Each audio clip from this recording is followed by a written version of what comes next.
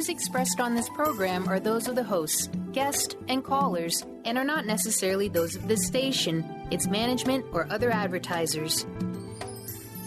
You're listening to Transformation Talk Radio.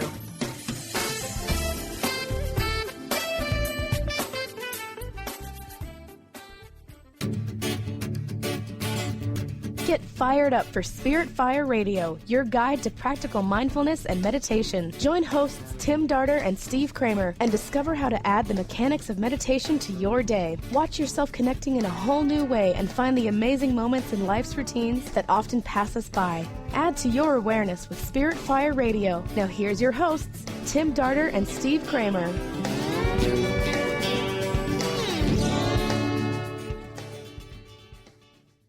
Hi, welcome to Spirit Fire Radio. I'm Steve Kramer. And I'm Tim Darter. It's great to be with you. We have a great show today. We are going to be talking about the step of Spirit Fire's practice of living awareness meditation. The step within the practice is called soften, open, and receive. So here on Spirit Fire Radio, each week we take a different step of our meditation practice, which has 14 steps, and we talk to somebody whose life or their profession, their passion really emulates the step that we're on during the practice. So this week is soften, open, and receive. It's one of my favorite steps of the practice. It's really when you start to feel your body accept the breath and you feel your rib cage open. We take practitioners during the meditation practice really through this idea of softening the rib cage, softening your body to allow the breath in, to open and to receive. And you can really sort of sense energetically, are you in a receptive mood? Are you really receptive to this practice of meditation? Are you receptive to the day? Are you feeling like you're open to all that you're ready to experience? And then you can translate that into your life. And what I love about this step is it really speaks for creative people. I mean, really, when you are going to sort of be open to the fodder of creativity, you need to be open to the moment. You need to be able to receive all that's happening around you. A quote from our website, which talks about this step, says, "Softening makes one receptive and magnetic to meditative experiences. Softening is necessary to experience union." And so really the creative life is about union. It is about really enjoying the experience, really taking the experience in, and then bringing it into the creative process and talking about it through whatever medium it is that you use. So today we are going to talk to Tom Yoder, who is an amazing guitarist, someone whose music Tim and I both love. So Tim, tell us a little bit about Tom. Sure. So Tom Yoder, he's released 5 studio recordings, and we're going to hear some of those songs on today's show. And he's won 2 independent music awards in the New Age category, and his songs have been featured on NPR's All Things Considered. We love All Things Considered. And he was a finalist for the Great American Song Contest, and the list goes on. And his holiday music is a favorite here around Spirit Fire, and not just at the holidays. He's a master of the acoustic guitar, highly sought-after teacher, and we're excited to have him on the show today. Welcome, Tom. How are you? I'm well. Thank you for having me. It's great to have you with us. So the creative process. Full disclosure here, Steve's my cousin, just so you know. Oh, man, we are out of the bag. All right, we're just going to talk about that. Tom is my cousin, and I used to torture him when I was young, and I used to... Not at all. Steve was one of the nicest kids ever in the history of ever, and that's no kidding. I still try to hang on to that kid aspect. The nice part, I try really hard to hang on to that too. But, it was always fun to go to my cousin's house, especially to be around Tom, because he always had a guitar in his hand. And really, we will have to talk about the organ now. And his family just had wonderful, wonderful instruments that we used to just abuse. I don't know how they didn't cringe. We used to just grab the guitars and strum on them and strum on them and strum on them. And so you had great... I remember you and Chris playing the piano, man. You guys would play the Sting. You guys would play The Entertainer, by Scott Joplin from the Sting. Anyway, sorry, I had to interrupt you. I think it's all I can play is Silent Night. Silent Night and The Sting. Those are my 2 songs. So, Tom, you have really taken it to the hilt. I mean, you still are playing music. Your music is inspiring still. It is, in the words of so many people who have reviewed your albums, you're a master of the acoustic guitar. I mean, truly, you are an artist and just an amazing songwriter. So, is it meditative for you? Let's just like go right off the bat and say, when you've got your hands on a guitar and the music is flowing, does the space feel meditative? Does that mean anything to you when I say that? Sure, of course it does. Sometimes I guess it is, and a lot of times it isn't. I mean, it is. Everything is. I mean, anything you do is, right? I mean, that's a hard question for me, but I know because sorry, it is meditative. I'll try not to waver too much here, but I mean, there are times when if you're talking about you go into a different space and you're not really feeling like what you would consider to be, our reality at this moment. Sure, there are moments like that. Are there many? For me, there haven't been. But it doesn't mean it's not meditative or Zen-like or whatever, because whether or not, almost all the time I play, there's a purpose behind it.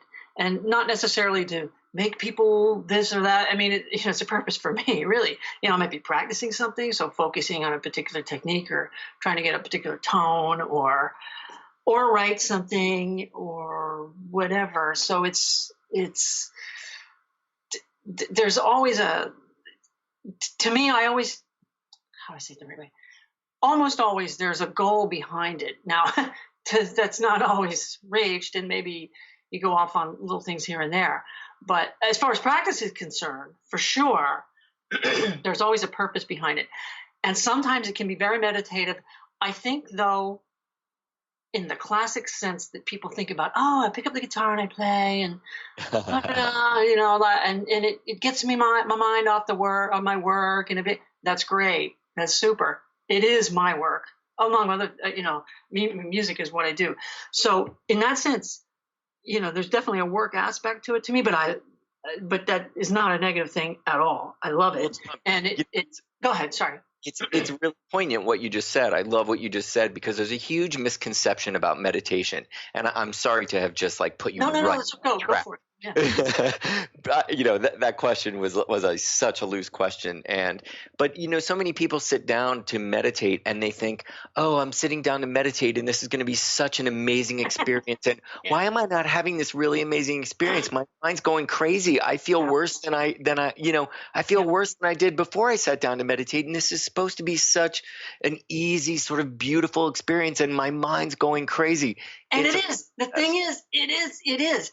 The thing, you just have to let those thoughts go through. That's like the whole thing, because it's like existence, and it's just observing your moment and being in it and then moving to the next one, whatever it may be. Yep. If you don't want that, acknowledge it, but just let it pass through, keep going, that kind of thing. It's the same thing with playing guitar or practicing or whatever. You're trying to stay on a path for the most part, and let good things happen, hopefully. And be creative and create a song. I also love that you said I'm usually focusing on something. It's interesting, that's step number 2, basically, of the practice. You've got to be able to focus on something. If you're going to create anything, there's got to be intention. There's got to be a will behind it. You've got to say, well, I'm going to sit down and create music. Now, what do I need to focus on to make that happen? And, the key word you're saying is practice, too, because it's all practice. Go ahead. All practice. That's why it's called the practice of living awareness. Exactly. Yes. Because that's what you're doing. Yeah. Yeah, you're totally doing that. And you've really got a goal. And I love that. When we really sit down in meditation, what we're doing is we're saying, well, I'd like to bring this into my life. I'd like to open myself up to sort of understanding more about my mind. It's really intricate. There's something there to it. There's a lot to learn. So, there is so much to learn with music. I cannot even begin to tell you how little I know about music. I was trained as a visual artist, and I'm always awestruck when I even see somebody read music. I am just sort of blown away that they can even do it. When you look at a picture, when you look at a scene or something like that, what do you see? I'm blown away by people that draw or paint or whatever. And now there's all kinds of ways of doing that, but that see, like, people sometimes see what's in between things as opposed to the actual thing. And I don't know how to do that. So point being, and I am interrupting you, I am sorry, but That's all right. But it's just your perspective of what you're choosing to work on. So I mean, like, reading music is just like, Oh, I mean, totally. I I agree, and I great respect for dancers because I'm not a dancer. I really have great respect for is the creative process. Being an artist myself, I love the creative process. But I will tell you one thing, Tom Yoder, I have not sat down and rebuilt Michelangelo's creation of man. You, on the other hand, have taken on works of the masters. So we are going to go to a break, and before the break and after the break, we're going to listen to a little bit of your masterful playing. You know, you've got an entire album that takes on the classics. I mean, we're going to hear a bit of Vivaldi's Allegro, and it's just astounding. So we'll go to a break. We're going to hear a bit about that and talk about what it takes to really take on the masters. We'll be right back on Spirit Fire Radio.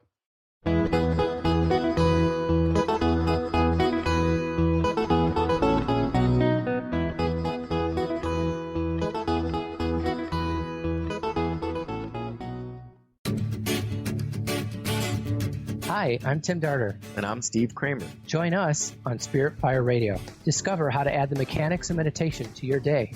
And watch yourself connect in a whole new way. Find the amazing moments in life's routines that often pass us by. Add to your awareness with Spirit Fire Radio. Tune in each Wednesday at 9 a.m. for your weekly guide to practical mindfulness. And to learn more, visit www.spiritfireradio.com.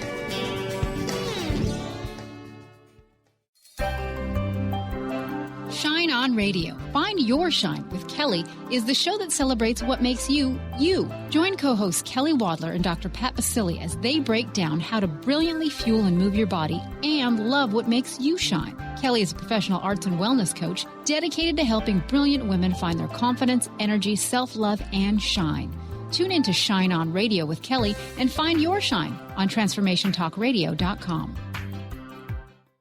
Tune in to The Jen Royster Show, intuitive guidance to inspire your life, each Thursday at 8 a.m. Pacific and 11 a.m. Eastern on TransformationTalkRadio.com. This amazing show is an inspirational hour that will take you on an epic metaphysical journey to discover the spiritual approach to life's greatest challenges. Dr. Jen is an internationally known intuitive counselor, spiritual teacher, and energy healer. Call in for intuitive readings and visit JenRoyster.com for more information. Tune in to Lucid Planet Radio with Dr. Kelly Neff. This hit show will illuminate your senses and empower you beyond your daily stressors and hardships. Renowned psychologist and author Dr. Kelly will captivate you with far-reaching topics and amazing guests as you wake to the greatest version of yourself. Learn to tap into your intuitions, think critically about our world, heal emotional and psychological wounds, and follow your passions to live your dreams. The Lucid Planet. Welcome home. Visit lucidplanetradio.com for more information.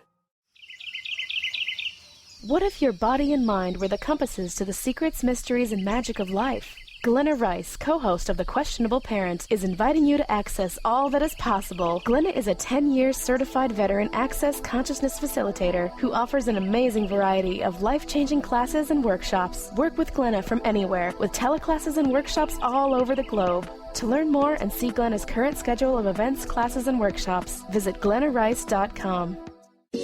Almost everyone at some time in their lives ask themselves, what am I? Most of our questions are ego-generated and simply don't address the problem of our false self. It's time to relax your ego and embody your soul. Dr. Dan Cohen, neurologist, inventor, and author, has created tools to awaken, a new way to transform from who you thought you were into what you truly are. Visit toolstoawaken.com today.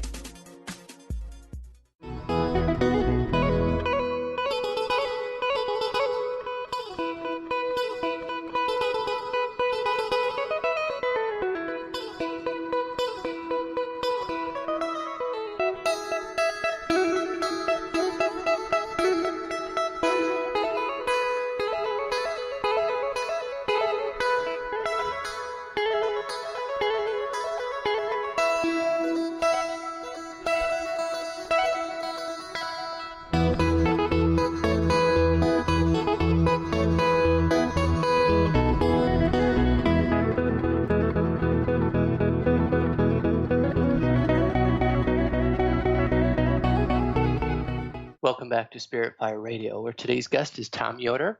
Yes, and you were listening to a bit of Vivaldi's Allegro. So, Tom, you basically reconstructed these songs for guitar, for acoustic guitar, and tell us. Electric guitar. Actually, electric guitar. Yes, so I mean, an entire album of masterpieces. I mean, really of orchestras. The name of the album is Twisted Circles and the Theory of Everything, and it honors symphonic music of the masters: Bach, Mozart, Vivaldi. I mean, you really deconstructed these and put these back together, and you're playing entire orchestras yourself. Yeah. Yes. Well. Great answer. Yes, you make it. Yes, is it that simple? So tell us about this. I mean, what was inspiring and what was challenging, and how did you go about this process? Well, first of all, the whole thing was challenging. But that's first off. Why? Ever since I was a kid, I've loved symphonic music. Now, I've loved all music. I really have. But when I was a kid, I remember. My dad or mom, one of the two, whatever, had a triple album of Beethoven piano sonatas, and I remember listening to that and just loving it. And a bunch of other stuff too, that I can't just think of right offhand. But, just a mishmash of things. But I always loved about it at that age. Like, what was it loved about it? Did I love about it? Yeah, I mean, did it just take you someplace? It was just beautiful. It was just gorgeous. Just the tone, I guess, is probably the first thing. And in fact, that's what it would be if I really thinking inwardly. It would just be the sound of the key, the sound of the string vibrating from the key being pressed down, and just how that sounded just amazing to me, and just sort of enveloped me and really sucked me in. And then, as you go on, strings sound amazing.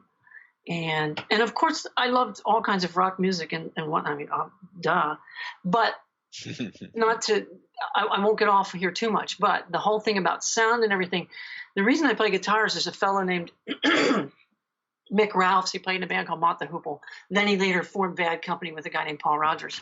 But anyway, my brother brought home this album called All the Young Dudes, and this record changed my life.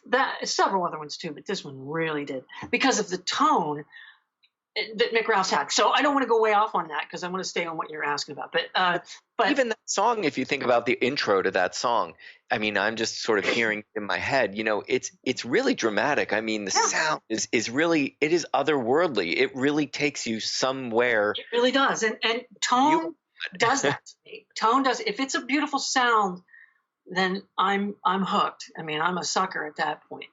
So anyway, back to I want to answer your question or whatever. Yes, very challenging. Why'd I do it? Because I love that kind of stuff, and I always have, and it's always been my first love is music. In music, it always has been symphonic music. As far as eras go, I'm a big classical era fan, Baroque too, and romantic, and I love the Impressionists. I mean, I like it all, I guess, actually, but my favorite, I guess, would be the classical era, which Mozart would be my favorite composer. That's why on the disc there's it's mostly Mozart stuff. Tom, can I interrupt? I want to tell listeners that this album is just through the roof. I mean, you can imagine this man has taken this music apart and rearranged it to play string instruments that weren't intended to be guitars. I'm sure that process has to be sort of tedious. And he is taking apart these symphonies and replaying them on his own. And the mastery involved. I mean, we just heard a little bit of Spring, and it's incredible. It's so moving, so beautiful. There's so much integrity there. And I have a little quote in front of me. I'd love to read. There was David Hodge of Guitar Noise said this about that album. He said, "What I find myself marveling at each time I listen to this is how much the gimmick of this disc, the playing of all the parts by guitars, makes me not think about guitars at all. Rather, I find myself totally caught up in the music itself. I've heard guitarists who have made me marvel at the guitar as an instrument, and way too many whose music is all about putting the focus on the guitarist. But with Twisted Circles and The Theory of Everything, Tom Yoder manages to put the music itself first and frontmost, and the results are awe-inspiring. So now, that was one of the things I would say about that is, beautiful. Okay, I didn't write the tunes, so that's why the music is so good. That's right. But you've got to find the reverence. There's reverence. We say that word a lot, reverence. So talk about softening, opening, and receiving. I mean, you've got to really take in this symphony. And then what I'd love to actually hear about as well is how much of it do you feel is then making it your own, or is it really just a tribute? Is it a total tribute you're paying homage? And do you find yourself sort of in the space of the master themselves? It is absolutely a tribute. I don't think I could ever even stand in, I mean, those guys, forget it. That's just the greatest writers and whatnot ever. So right. I would never even presume to even be in that area. But thankfully, the music is there. I like it, have appreciation for it. And one of the things I always wanted to do ever since I played guitar, started playing guitar, was do stuff where you just do it all on guitar and just build up basically like a symphony of guitar. And I always wanted to do that. So when I finally I did it in Logic Pro. So when I finally got that and got up and going, doing this stuff really helped me with that, because I was very much a novice in the software, the digital audio workstation. And doing that, man, it took a year to do the record, and wow. Because I was learning the whole way along, and I had a couple really great people, give me a lot of help, but I mean, it's kind of weird for me to listen to it now, because sometimes that's been a while ago, but it was a great learning experience, and no matter what, those tunes are great tunes. I'll tell you, my favorite one on there is Der Zauberflöte, which is the magic flute. It's an opera by Mozart, the overture to an opera by Mozart. That and the Marriage of Figaro. But anyway, because of what I had to do with it, I had to extend notes, and I did that by reversing files and things like that. So yes, I used the digital world to help make the guitar maybe a little bit more than it was, and I have no issue with that whatsoever. So it was a great learning experience, and I felt like sonically it worked itself out pretty well. And my wonderful dear friend Mike Gardner and my other good friend Brad Spiker really, really helped me with that a lot. And wonderful. Anyway, well, listen, I want to tell the listeners that if you're listening to this and you even want to just give, you can go to iTunes and search Tom Yoder, Yoder. You can also go to. There's two Tom Yoders too. So if you get one that there's like sort of a folky kind of guy, that's not me. Anyway, go ahead. And just give these, obviously in the digital age, this allows you to listen to a piece of the music. You will be blown away. I mean, the amount of work that you can tell goes into this. What would you rate that album? Do you give yourself a good grade, Tom? I'll give it a C. That's a passing grade. I just wanted to see how artists are always so. It was my first real try. So, I mean, it's not for me to do that, and I like it in that the songs are great, and I look at it as it's a special place for me, because it really did allow me to. It was a great vehicle to learn how to really start getting it together, with learning how to record on my own and whatnot. And again, life offers you that. When you really need to learn something. They say that about teaching. Anytime you want to really learn something, become a teacher of it. And I know you teach this to others, and my goodness, do you learn to perfect your skills when you've got to teach it to somebody else? So life will always present that to you. Life will always give you the challenge to sort of give you the impetus to move through, to learn, to evolve, to grow as an artist, which you've certainly done. So, we're going to go to a break soon. We're going to play another song before the This is called The Day After Tomorrow, and it can tell us a little, when we come back, I want to talk about the digital age and the difference for you playing live and then also playing on a computer. I mean, my goodness, it's all changed so much in the past few years. I mean, Tim and I sat around and we played we got a little song going just with all the instruments and loops we use on GarageBand, and trust me, we are not musicians. No. So we're going to listen to a little bit of that song before and after the break, and then we're going to talk about moving into the digital age and what that means for you as an artist, as a teacher, and as a songwriter. So we'll be right back with more of Tom Yoder on Spirit Fire Radio.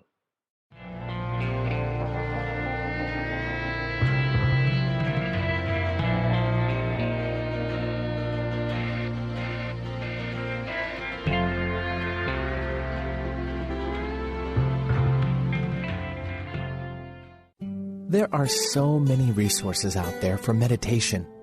But did you know that Atana's Heart Earth Healing Meditation is available for you for free? Yes, that's right. You can receive this free healing meditation today from Atana Badili. All you need to do is visit his website, atanamethod.com. That's ATAANA method.com, and sign up. You will receive your free meditation instantly. That's atanamethod.com. Artie Hoffman is the hottest psychic with the warmest heart and the host of the hit show Angels and Answers. A renowned psychic, medium, spiritual life coach, and an entertaining motivational speaker, Artie has helped over 15,000 people with his amazing intuitive gifts, his passion, and his humor. Call 877-ANGEL-02 to schedule a personal reading or to have your own psychic Artie party. That's 877-ANGEL-02. And visit artiehoffman.com and Angels and Answers on Facebook. Hi, I'm Tim Darter. And I'm Steve Kramer. Join us on Spirit Fire Radio. Discover how to add the mechanics of meditation to your day. And watch yourself connect in a whole new way. Find the amazing moments in life's routines that often pass us by. Add to your awareness with Spirit Fire Radio. Tune in each Wednesday at 9 a.m. for your weekly guide to practical mindfulness. And to learn more, visit www.spiritfireradio.com. Get into it for 2016. Do you want more prosperity, clarity, energy, and balance in your life? Join Lynn Brown now for one of her amazing workshops, each focusing on a key part of living your best life. For more information and to register for one of these amazing workshops, visit lynnbrownevent.com. That's lynnbrownevent.com. And get into it this 2016 with Lynn Brown. Are you ready for a game changer? Sarah Westall is bringing you Business Game Changers Radio. Sarah brings you leading experts, visionaries, and newsmakers who provide the best commentary on big issues and cutting-edge innovations. Sarah's 20 years as a business executive will help you think like an entrepreneur with expertise, energy, and attitude. Tune into Business Game Changers Mondays at noon Pacific, 3 Eastern on TransformationTalkRadio.com.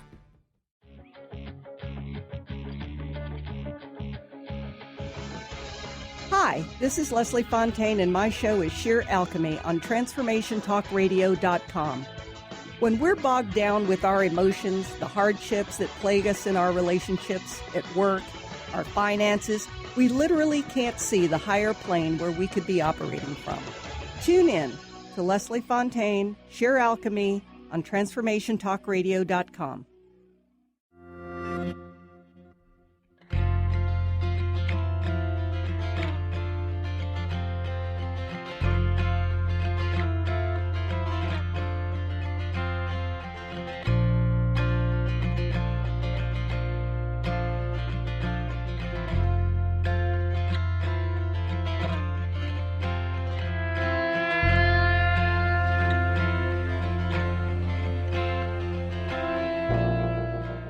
Welcome back to Spirit Fire Radio. That was a song called Today After Tomorrow by guitarist, songwriter, musician Tom Yoder. What a beautiful song. That song actually reminds both Tim and I of our theme music. You know, we searched and searched. Tom, I think we even wrote to you and said, "Hey, can we have a couple tunes? We need some original music for our theme." And that was really in the running. So I love that song. It's not released yet. It's not on an album. That's a new one. So it was a pleasure to hear it. And you know, Tom, it wants me to ask you, how has the digital age changed the way you create music? Well, first I want to ask this. Okay, in a lot of your music, there's drums, there's just, basically you're playing every instrument yourself. If you've learned to play acoustic guitar, and this is, pardon me, this is such a simple question. Pardon me for being simple. If you know how to play the guitar, do you automatically know how to play the drums and the xylophone and the cello, or it's strings really? But can you personally, have you learned, like if you're playing digitally, to play the saxophone and put that in? Is it really following the music, and has the digital age changed that? Well, the digital age has certainly changed it, and it is what you want it to be. And, some people don't want to see it as something good, because they just want to stay old school, which is cool. But it's what you want it to be. It's just like anything else. I personally love it. I think it's a help. I think it's a hindrance. Both. It's a help because you can do anything, and you can do multiple takes, and you can say, you know what, let's take this section and put it there, and that section and put it here. And you can put off decisions about what you're going to do. And that is great. And that's also horrible, because there's a lot of credence to the, hey, man, just get in there, plug it in, play it, go, do it. And I love that too. It gives you the option. When you say that, do you mean sort of what I heard from that is that at times you're really in your head and not so much in your heart, in the presence of being in the moment of that creative spark? Yes, that you're and no, actually piecemealing. Yes and no, but piecemealing is in your heart too. Because if you hear something and you go, like it's all the same thing, man. It is all the same thing. I find that I think a lot of people are scared of it. And there's nothing to be scared of. It's because it's new. Because it's new, and because, it's new and different and all that. But if you hear something a certain way and you can move a section over there, then go ahead and do it. Because you know what? If I'm writing out music, and I do write out music, sometimes I might go, you know what? I need to put that there. Guess what I do? I just write it over there then. So to me, it's the same thing. I mean, I don't see a difference. It's okay. It really is okay. That's kind of, I might be getting off the main thing there, but I guess what I'm wondering is, so, you wouldn't have to learn how to actually, I learned how to play the trumpet when I was in the fifth grade. And my gosh, just for me to be able to use my lungs in that way to play a trumpet was like really challenging. My lips would go numb. And for me to just be able to press the key on my computer and hear a trumpet is a lot different than me holding this trumpet and learning how to actually getting my lungs in shape. Did Stravinsky play every instrument in the orchestra? Did Mozart play every instrument in the orchestra? Don't answer that. He probably did. But no, not everybody can play. You can't. But what do you have that you can put that instrument on? You have a keyboard. You have a piano. All right. That's why if you want to be a great writer or composer, I'm not talking about someone who just strums their guitar and sings folk songs, and that's great. I don't mean anything bad by that.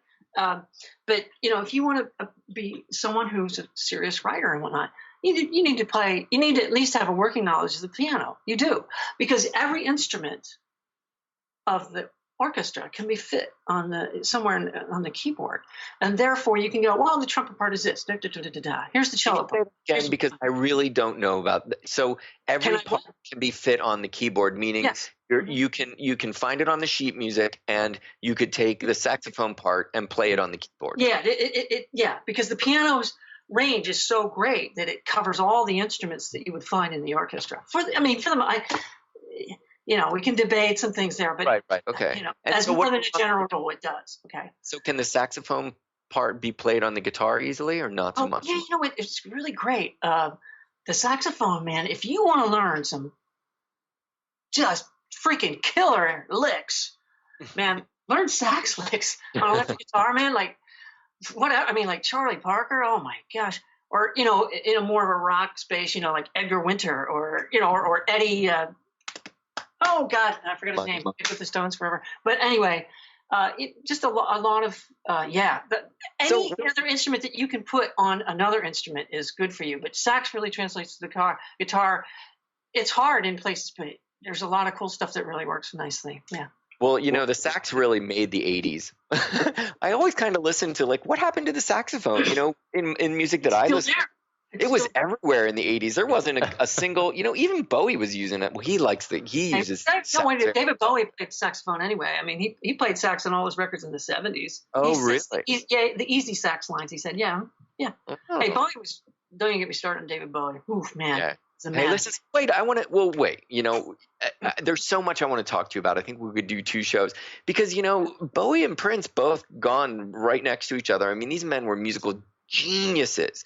I mean, people say that the guitar, Prince's guitar was just an extension of him. You watch some of these videos of him playing the guitar live. It's insane. Talk about soften, open, and receive. The man is literally channeling and receiving, he's just receiving that creative impulse. And it's flowing through him right to the guitar strings. I mean, you've been in that zone, huh? Tell us. I think that speaks to what I was saying earlier. I mean, okay, I don't want to offend you at all. But I'll try to say it this way. I mean, you aren't in his head. No offense. Don't take this the wrong way, okay? To him, he may be just like, oh man, I'm playing the same old tired, right. But the thing is, he's done it enough, did it enough, and he had enough of a vibe about being able to play and what worked and how things, and practiced enough, and by practice, I don't mean just like, I mean, he put himself in the situation and got his mind right, so that even when things maybe weren't feeling to him like they were flowing through, they were feeling like it to you or whomever. And that's all that matters anyway, right? So right. And it allows us to soften and open and receive his music. I mean, in all honesty, you're right. I mean, but you can make something it's as simple as this. My gosh, Tim and I, we just redid a whole section of the retreat center. And it's all beautiful and simple and gorgeous now. It looks like we did it in 5 minutes because it's all clean and perfect. And because it leads to that, yeah. You know what? The finished product is now there. There's the finished product, and it looks set, and it looks the way we intended it. But my God, the work we put into it, you'd never know. Just like you're saying with Prince, it takes so much work to create that thing that sounds so simple and looks so perfect. So. Can I make a real quick couple points? Yeah, go. Quote. Okay. A lot of the stuff that I write, I'll write and I might get this part and then sit it back, and then 6 months later you come back to it and you go, oh, this will work with that, and it just works beautifully.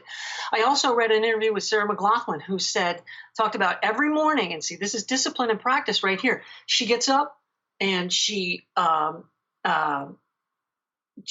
up and she writes, pen and paper, writes, and she does it every single day, and she just, gets this, stuff. And then, once again, 6 months later, she may come back and go, oh, this works with that. And that works with this. And hey, I have these chord changes to work with that, but gee, I need this other part. And then maybe 2 weeks later, she comes back, oh, that works. And it sounds so perfect and so just like she just sat down and did it. But right. So, but that also, look, there's a lot to that.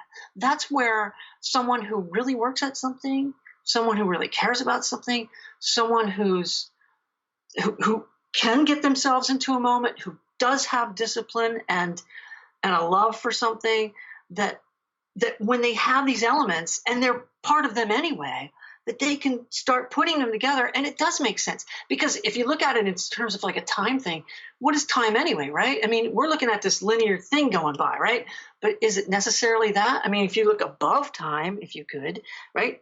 Just look at it like you're above a river or something, then it's not necessarily a linear thing going past you. It's just this thing that you can stick your hand down in at any place along the line. So to think that our conception of linear time that we look at it right now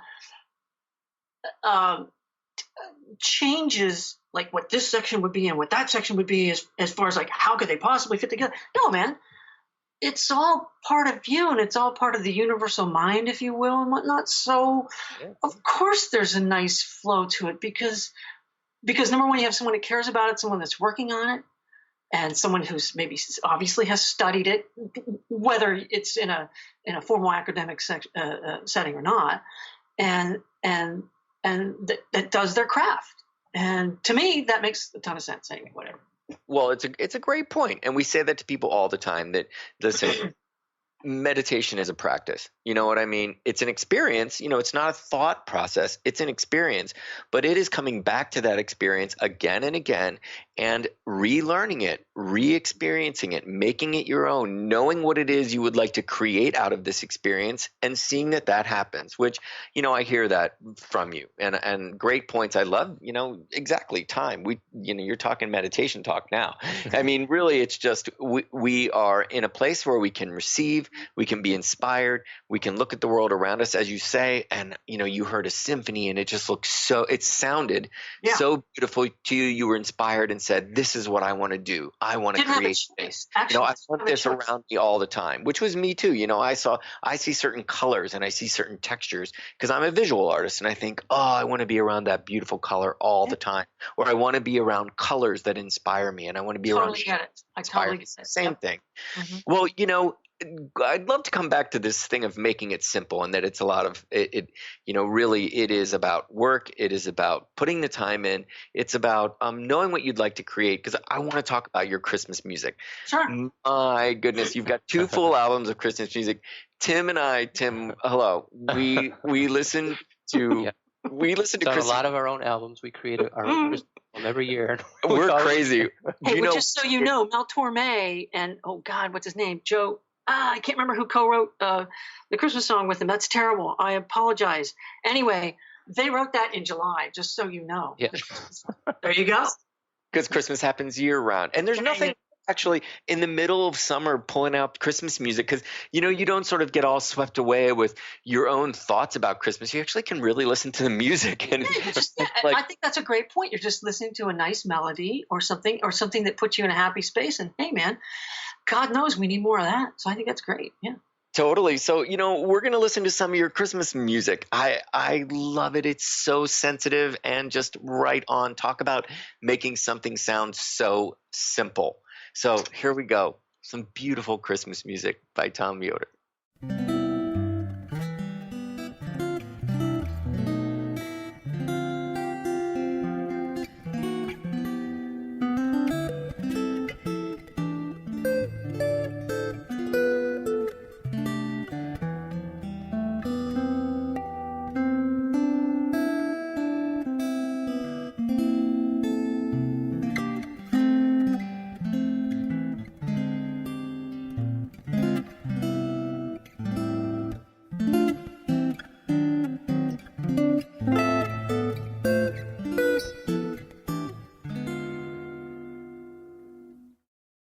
Welcome back. That was White Christmas by Tom Yoder. It just makes me melt like butter.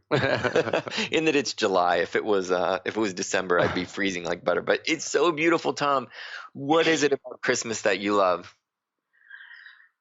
That has really changed through the years. I used to, you know, when I was a kid, I loved Christmas because you got presents, man, and it was fun, and it was in the middle of winter, which was fun because it meant you were off school and all that, and you know, and it was just fun. And later on, that we know each other well because we're cousins. Yeah. We're actually second cousins, but you know, your family did Christmas so well, and you know, Tom grew up in beautiful rural Pennsylvania, rolling hills. I mean, it literally was, you just want to see a sleigh ride by with a horse on it, which they did. You know, so you know, the backdrop was amazing. So, I mean, was it really sort of created by the family, and that's what brought it out, or is it the music that you love? I mean, these songs I think they're tied together, Steve. I really do. Of course, you know, very nice family, very, very nice family. I sound like Donald Trump. That's hilarious. I'm sorry. I swore. Anyway. Really, I'm have had a wonderful family, and them, Christmas was great because of them.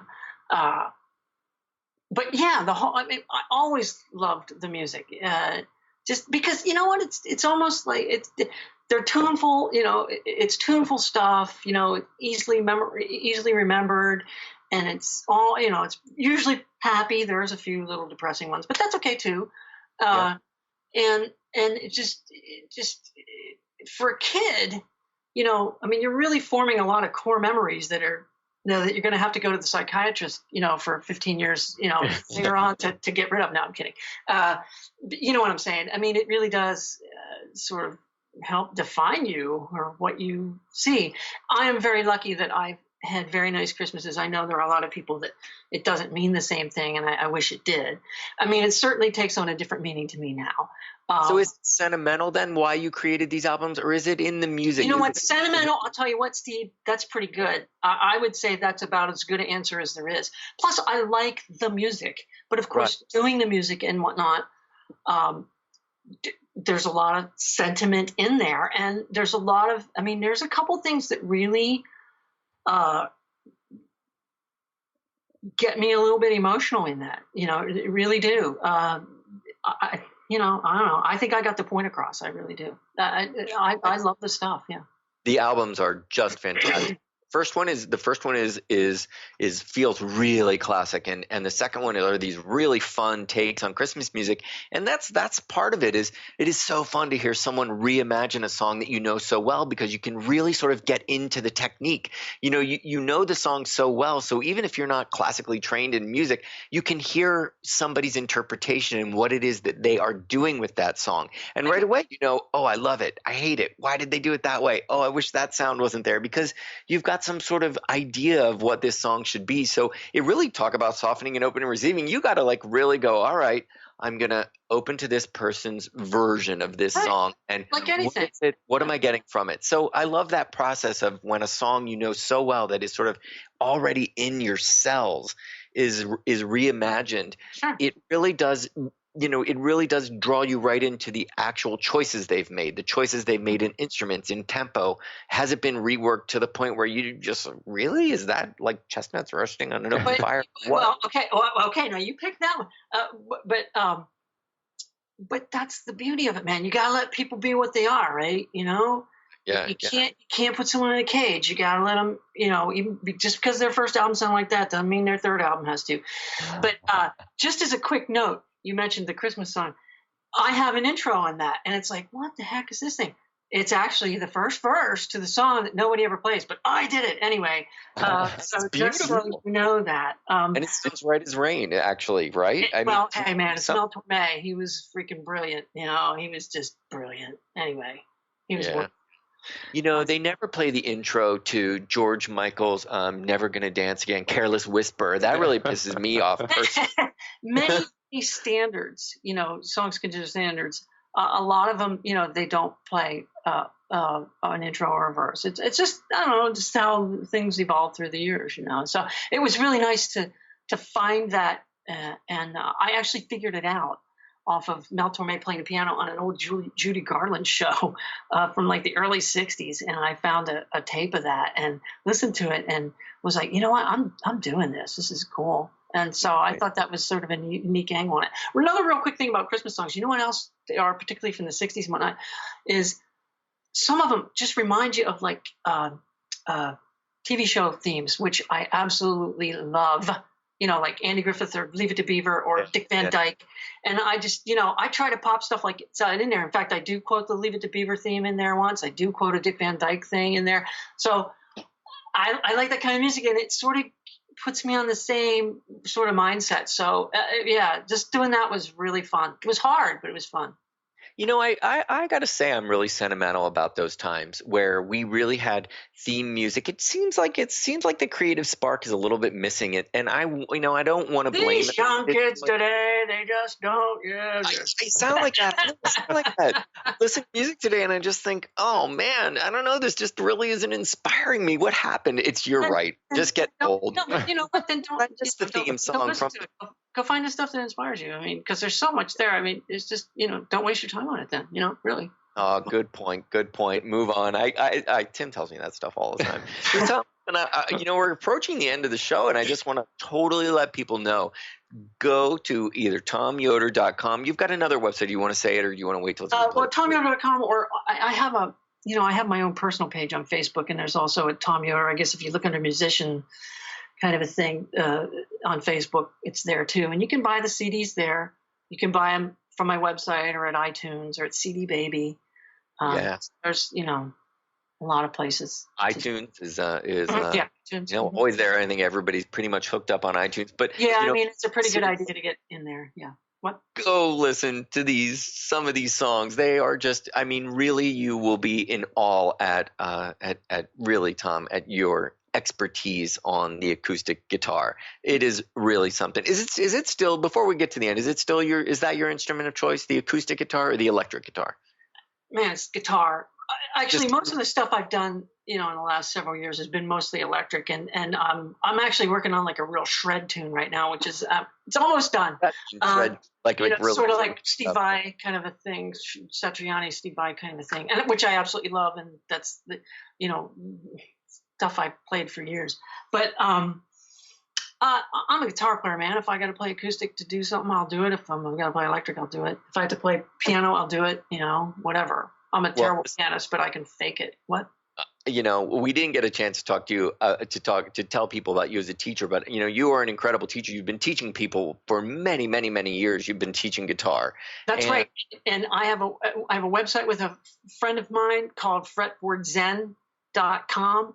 It's up. It's new. So it's beautiful, actually. And you can patient with what we're looking for students. So anybody wants any lessons, I teach over the internet or privately. So I am definitely looking to add students. Go ahead. Sorry, I had to get that in. Which is great. Listen, any listeners out there, go listen to Tom's music. You will know that this man is a master of the guitar, and he's an excellent teacher. Tom, you're gentle. Listen, teachers have to be gentle. You know your stuff. You've been practicing since you're what? How old? When did you grab a guitar? Actually, what was I, 16, 15, 16, around in there. Yeah, young, but maybe not some. But anyway. You've put your time in, huh? You've put your time in. Oh, yes. Listen, listeners, you want to learn to play guitar? You're doing it on the internet, which I love. You're a modern man, and I love that you have no qualms about the digital age. No. I think you got to do it, man. You got to do it, right? Otherwise, you're going to get swept out to sea. Totally. And, there you go. There's openness. You just got to be soft. You got to open, and you got to receive all that's coming your way. So, Tom, it's been really fun. You caught me a few times. I like it. What? You caught me a few times, me, being myself and saying, hey, listen to that. So glad to catch you being yourself. That's a good thing. I'm glad you're yourself. That's a beautiful thing. So everyone, check out tomyoder.com. It's been great to hear some of your music, and thanks for sending us some. We now have a few more tunes in our pocket. We're always listening to your music. So everyone, Tom, it's been a great hour. Great to be with you. And for listeners, spiritfireradio.com. You can find our meditation practice through there, the practice of living awareness. It's always online, always free. Check us out. So Tom, we'll see you.